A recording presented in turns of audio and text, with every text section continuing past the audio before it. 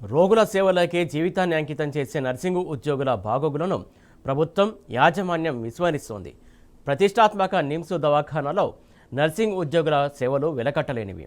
అత్యాధునిక సేవలకు తోడు నిమ్స్ ప్రతిష్టను పెంచడంలో నిపుణులైనటువంటి నర్సింగు అధికారులు, సిబ్బంది అంకితభావ సేవలు దోహదంగా నిలుస్తాయి. కానీ యాజమాన్యం నిర్లక్ష్య ధోరణితో తమ సమస్యలను పట్టించుకునే నాథుడే కరువయ్యారంటూ ఆవేదన వ్యక్తం చేస్తున్నారు. దీర్ఘకాలికంగా పెండింగ్లో ఉన్నటువంటి తమ డిమాండ్లను అనేకసార్లు డైరెక్టర్ దృష్టికి తీసుకెళ్లినా పట్టించుకోవట్లేదని ఆరోపిస్తున్నారు.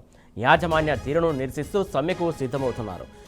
ఇప్పటికే తమ సమస్యలపై లేఖ అందించి 10 రోజుల్లో జాయింట్ మీటింగు పెట్టాలని కోరామని, కానీ పట్టించుకోలేదని మండిపడుతున్నారు.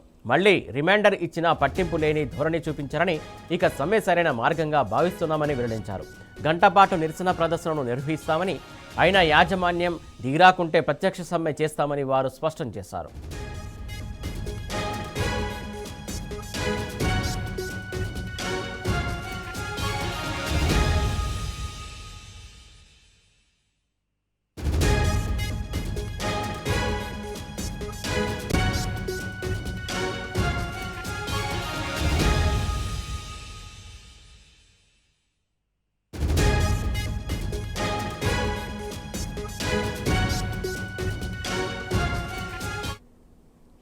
ఇటు నిమ్స్ హాస్పిటల్లోని నర్సింగ్ స్టాఫ్ యూనియన్ ధర్నా చేసింది, అలాగే నిరసన తెలుపుతుంది. మొత్తానికి సమ్మె సైరన్ కూడా మోగించడానికి సిద్ధమవుతున్నటువంటి సిచ్యువేషన్ కనబడుతుంది. దీనికి సంబంధించి తాజా అప్డేట్స్ మా కరెస్పాండెంట్ అరవింద్ అందిస్తారు. అరవింద్, చెప్పండి, మొత్తానికి ఏదైతే వారి నర్సింగ్ సంబంధించినటువంటి అసలు డిమాండ్స్ ఏంటి, వారి ప్రధాన డిమాండ్లు ఏంటి, వాళ్ళు చెప్తున్నది ఏంటి అసలు?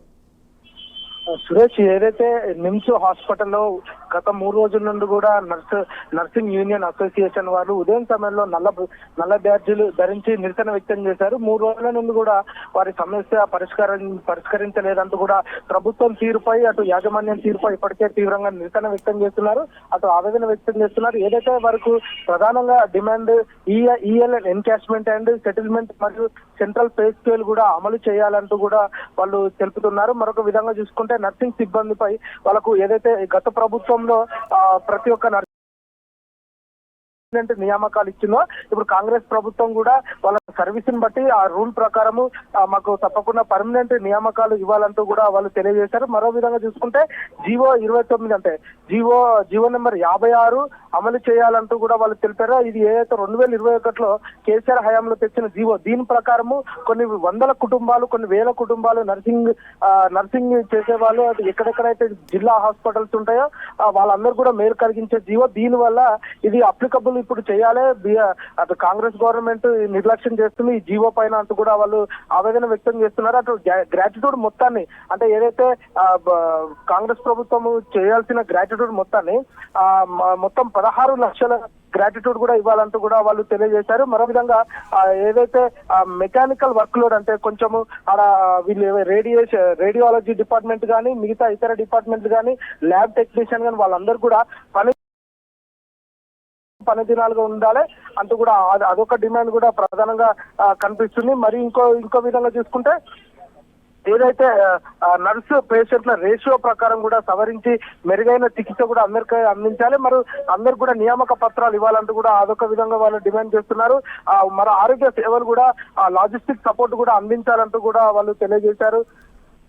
ముఖ్యంగా చూసుకుంటే ఎవరైతే నర్సింగ్ వాళ్ళు ఉంటారో వాళ్ళు రిటైర్మెంట్ అయిన తర్వాత కూడా ఎవరికి బెనిఫిట్స్ కూడా అందుతలేవు, అటు పెన్షన్ కానీ, మరి ఇంకోవైపు చూసుకుంటే వాళ్ళకి రావాల్సిన సరెండర్ లీవ్స్ కానీ ఇవన్నీ కూడా సకాలంలో అందుతలేవు. దానిపైన కూడా ప్రభుత్వం జాప్యం చేస్తుంది.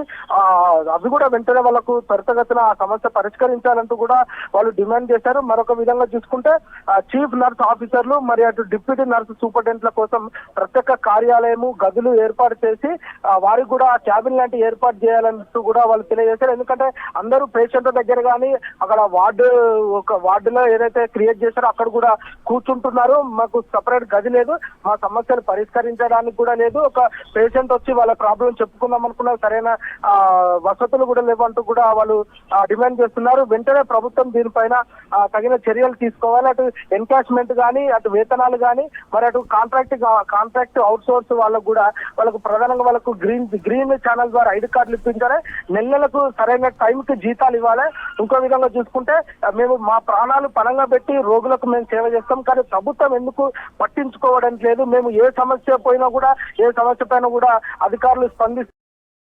తీసుకొస్తలేవు. మరొక విధంగా చూసుకుంటే గవర్నమెంట్ నుండి ఎలాంటి అయితే బెనిఫిట్స్ ఉంటాయో అవన్నీ కూడా ఇప్పటికీ అందుతలేవంటూ కూడా వాళ్ళు నిన్న కానీ ఈ రోజు కానీ ఉదయం సమయంలో నల్ల బ్యాడ్జీలు ధరించి ధర్నా చేపట్టడం కూడా జరిగింది. తక్షణమే దీనిపైన రాష్ట్ర ప్రభుత్వం స్పందించి ఎవరైతే వీళ్ళకు గ్రీన్ ఛానల్ ద్వారా ఐడి కార్డులు ఇవ్వడం కానీ, కాంట్రాక్ట్ అవుట్ సోర్సింగ్ వాళ్ళకు నెలకు జీతాలు ఇవ్వడం కానీ, ఈఎల్ఎన్ ఎన్కాష్మెంట్ అది ఒకటి చేయడం కానీ, పర్మనెంట్ ఉద్యోగాలు చేయడం కానీ, work load mechanical work load ఎక్కువ ఉంది కాబట్టి దానిపైన కూడా చర్యలు తీసుకొని అందరికీ సమాన పరిదినాలు కూడా కల్పించాలంటూ కూడా వాళ్ళు డిమాండ్ చేస్తున్నారు. అటు నిమ్స్ హాస్పిటల్లో ఇప్పటికే ఒక దిక్కు సరైన మందులు లేక అటు పేషెంట్లు కూడా కొంతమంది ఇబ్బంది పడుతున్నారంటూ కూడా ఇప్పటికే గతంలో వచ్చిన ఆరోపణలు ఉన్నాయి. అవన్నీ కూడా సవరించాలి. 2 సంవత్సరాల నుండి కూడా అటు వైద్య ఆరోగ్య శాఖ మంత్రికి ఇటు ముఖ్యమంత్రికి ఎన్నిసార్లు విన్నవించుకున్నా కూడా అసలు మా పరిస్థితి కూడా పట్టించుకోవడం లేదు. అటు డైరెక్టర్ కూడా అనేక సార్లు కూడా మేము వినతి పత్రం ఇచ్చాము. అటు డైరెక్టర్ గారు కూడా తప్పకుండా గవర్నమెంట్ తో మాట్లాడి